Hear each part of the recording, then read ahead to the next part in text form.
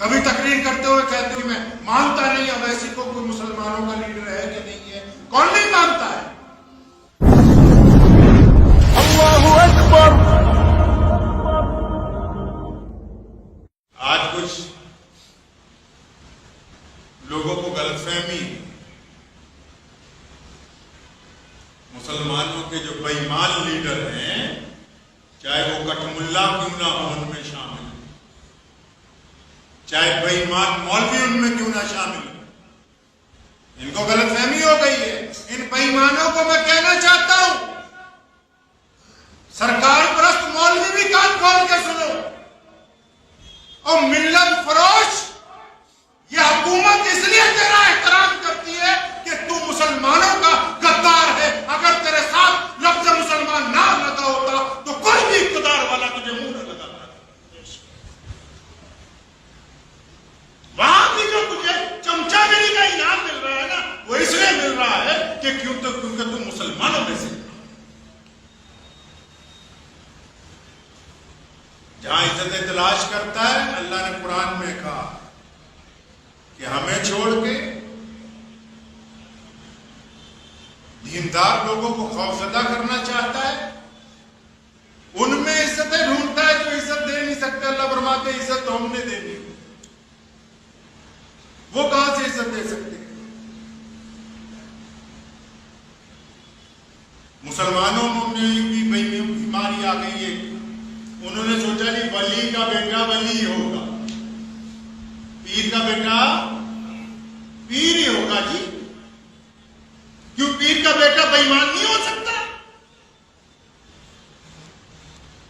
ولی کا بیٹا بے ایمان نہیں ہو سکتا؟ محدث کا بیٹا چور نہیں ہو سکتا؟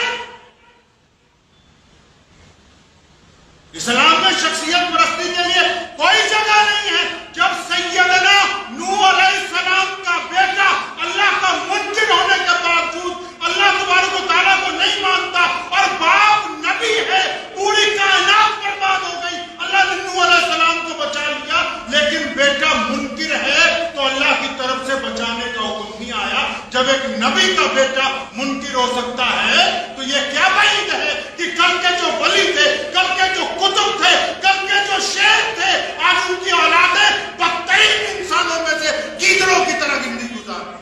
نعرہ تکبیر! نعرہ تکبیر! حق نبوت! حق نبوت! نعرہ تکبیر! اور پھر یہ گیدڑ سمجھتا ہے کہ میں نے مسلمانوں کو خرید لیا ہے، میرے باپ کی جاگیر ہے، کسی کے باپ کی جاگیر نہیں مسلمان. اسلام کی تاریخ اٹھاؤ، انسان غلام تھا، رسول کریم نے انسان کو آزادی دی.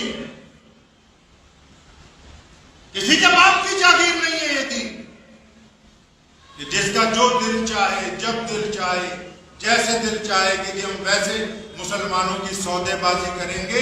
ایسے سودے بازوں کو مسلمان کبھی تسلیم نہیں کرتے.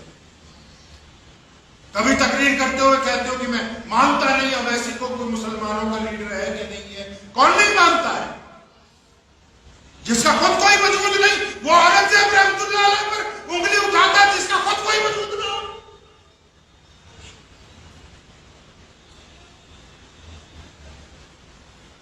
مجھے ایک صاحب نے پوچھا گیا مسلم،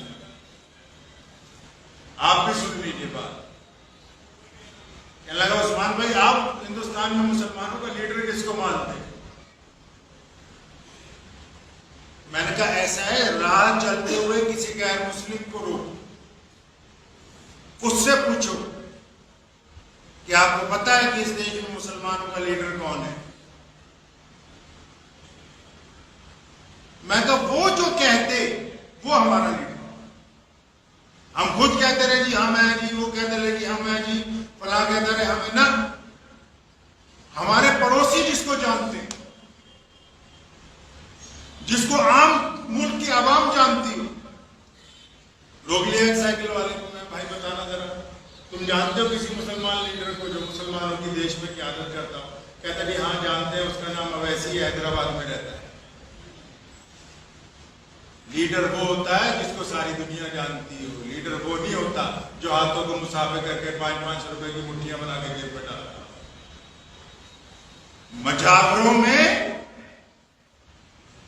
اور لیڈران میں، قوم کے قائد میں بہت زمین آسمان کا فرق ہوتا ہے. ایک صاحب کا مجھے فون آیا کہ آپ بار بار بے ایمان مولویوں کے خلاف مت بولا کرو. میں کہا اچھا کہ آپ ان سے بیٹھ کے کیوں نہیں بات کرتے؟ میں کہا بات کرتے ہیں مسلمانوں سے. قوم کو یہ نہ بتایا جائے کہ قوم تمہارا ہمدرد ہے، قوم دشمن ہے. ہم بھیڑ بکری ہیں کہ جو مرضی آئے ہمیں ذبح کر کے آگے چلا جائے. فرزندان اسلام جو ہندوستان میں رہتے ہیں ان کا ایک وجود ہے. اللہ تبارک و تعالیٰ نے ان کو عزتوں سے نوازا ہے. یہ 2-4 جو آج کل کھڑے ہو گئے اٹھ کے، جن کے باپ داداؤں نے ملک کی آزادی کے لیے قربانیاں دی، اب جن کے اندر لالچ پیدا ہو گئی ہے. حکومت جو ہوتی ہے ایک خوبصورت سحر ہوتی ہے. آپ کبھی اس بات کو سمجھے اطمینان سے؟ جب انگریز اس دیش پر قابض ہوا تو کئی بڑے بڑے سرکار پرست مولوی اس ٹائم بھی ایسے ہی تھے جو مسلمانوں کو کہتے تھے کہ انگریز کی سرکار اچھی.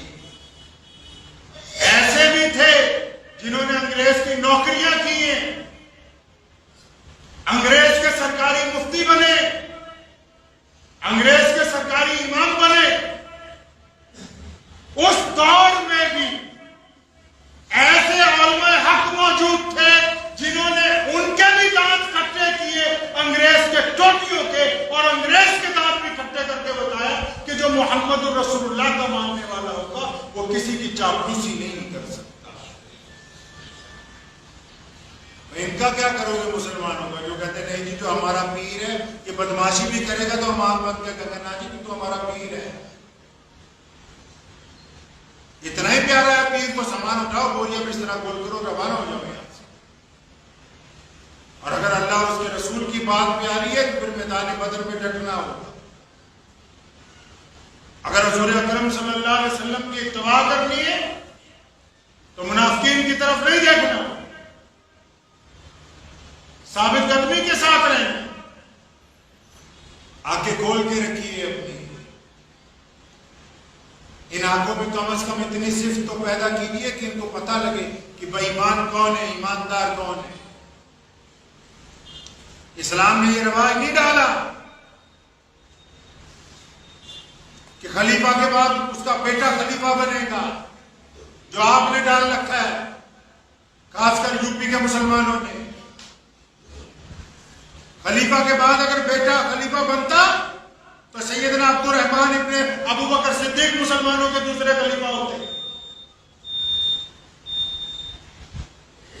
خلیفہ کے بعد خلیفہ بننا ہوتا تو سیدنا عمر فاروق کے بیٹے جو صحابی ہیں اور بذات خود جنگوں میں شامل رہے ہیں وہ خلیفہ بن سکتے تھے. لیکن اسلام نے شخصیت پرستی کی اجازت نہیں دی ہے. اسلام نے یہاں تک فراغ کے لیے دکھائی. ایک دفعہ کپڑا آیا بیت المال میں، سیدنا عمر فاروق نے کپڑے کو تقسیم کیا، سب کے حصے میں ایک ایک چادر آئی. عمر فاروق کے کپڑے پھٹے ہوئے تھے 2 سال سے، تو وہ 2 چادریں پہن کے جمعہ پڑھانے آ گئے. تو ایک پھٹا حال مسلمان درمیان میں کھڑا ہو گیا، کہنے لگا عمر فاروق خطبہ بعد میں دینا، پہلے یہ بتاؤ سب مسلمانوں کو ایک ایک چادر ملی ہے، تمہارے پاس 2 کہاں سے آئی؟ سیدنا عمر فاروق کی آنکھوں میں آنسو آ گئے. اپنے بیٹے کو بلایا، فرمایا تو ہی بتا کہاں سے آئی. بیٹے نے کہا کہ چچا سب کو ایک ایک ملی تھی، ابا کو بھی ایک ملی، ایک مجھے بھی ملی، لیکن ابا کا کیونکہ کرتا زیادہ پھٹا ہوا تھا میں نے اپنے حصے کی بھی ابا کو دے دی، اس لیے خلیفہ نے 2 پہنی ہوئی.